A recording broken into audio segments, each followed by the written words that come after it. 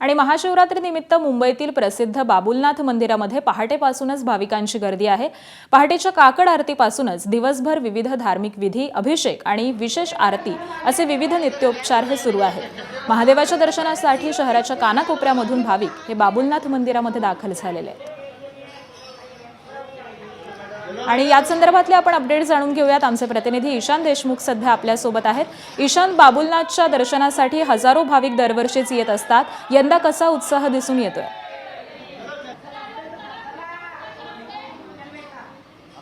मुंबईमधलं प्रसिद्ध असं शंकराचं मंदिर म्हणजेच बाबुलनाथाचं मंदिर आज महाशिवरात्रीच्या दिवशी आपण बघू शकतो भाविकांची अलोट गर्दी सध्या आपल्याला पाहायला मिळते। मोठ्या प्रमाणावरती भाविक हे एक शंकराचं दर्शन घेण्यासाठी जमलेले आहेत। सध्या आपण दृश्यांमध्ये देखील बघू शकतो पहाटेपासूनच इकडे रांगा लावायला सुरुवात झाली आहे। पार बाबुलनाथ मंदिराच्या रस्त्यावर देखील 2 किलोमीटरपर्यंत ही गर्दी पाहायला मिळते। सध्या आपण इकडे आपल्यासोबत काही लोक आहेत, आपण त्यांच्याबरोबर पण बातचीत करू शकतो। दादा, कुठून आला आहात तुम्ही?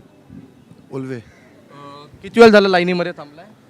मी 4 वाजता लाईन लावलोय। दादा, तुम्ही किती वाजता लाईनीमध्ये थांबलाय? 5 वाजता। कुठून आलाय? आणि आपण बघू शकतो पहाटेपासूनच इकडे जे नागरिक आहेत, जे भाविक आहेत ते इकडे लाईनीमध्ये थांबलेत। कुठेतरी शंकराचं दर्शन घेण्यासाठी महाशिवरात्रीच्या दिवशी संपूर्णपणे भाविक हे आपल्याला इकडे बघायला मिळतात। नक्कीच, त्यामुळे भाविकांची अक्षरशः रीघ लागलेली आहे। धन्यवाद ईशान या सविस्तर। एबीपी माझा, उघडा डोळे बघा नीट।